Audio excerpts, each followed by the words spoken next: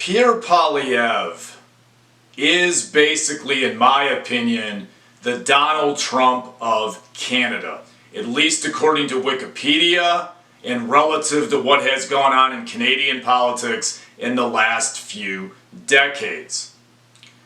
Poilievre has largely mirrored Trump on most major policy issues. He has diverged on a few things, but he has largely positioned himself as the libertarian populist of Canada.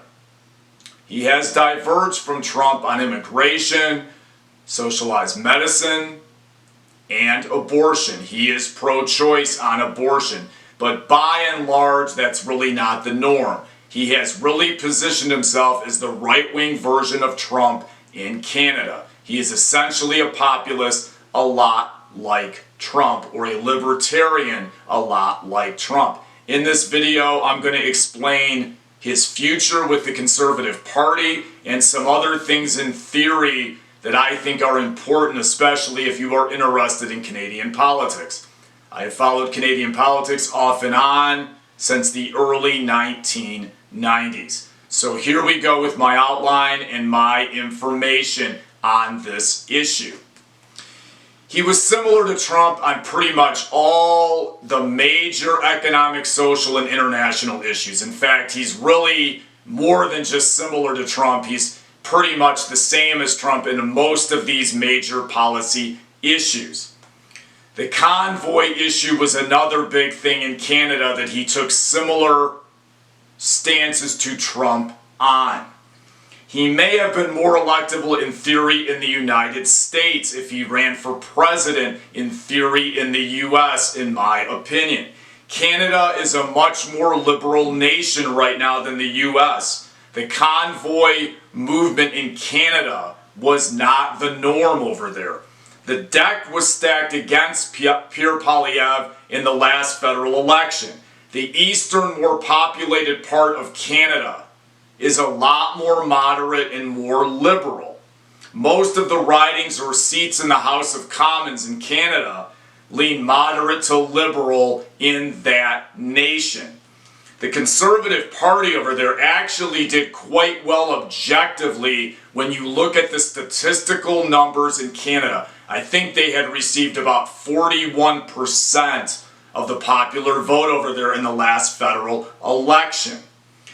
Poilievre, once again, has largely positioned himself as the populist of Canada. The question is, will he be out as leader? In my opinion, actually, probably. I talked about it in a previous video. But who would they replace him with? I really don't know. He could always regain the leadership back later on down the line. It has been done. He is smart and a capable politician. I don't think Canada has seen the last of him. Politics and public opinion fluctuates in any nation. The pendulum swings. He could eventually become prime minister. I think it could still happen. It is possible. One thing I like about Pierre Poilievre is he provides an intelligent debate on issues which I think is sometimes lacking on the right and the far left. Remember, Pierre Trudeau, the former Prime Minister of Canada, got 2 terms as Prime Minister, but they were not consecutive. He made a big political comeback in the early 80s. Trump did the exact same thing recently in the United States.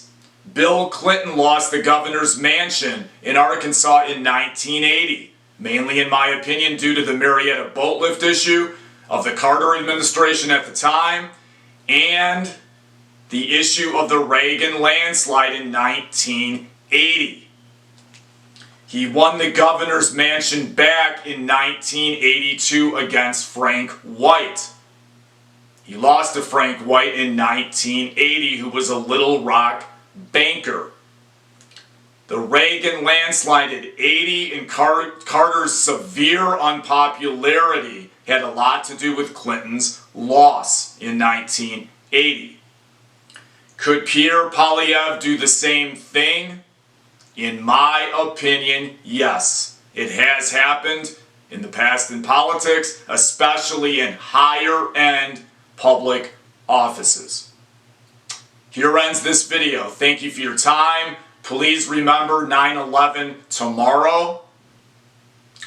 My next videos next week are going to be on Trump going into DC and probably Chicago with the National Guard.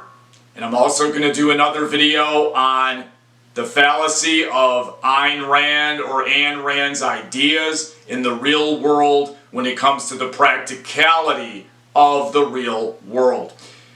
Thank you for your time. It's free to subscribe.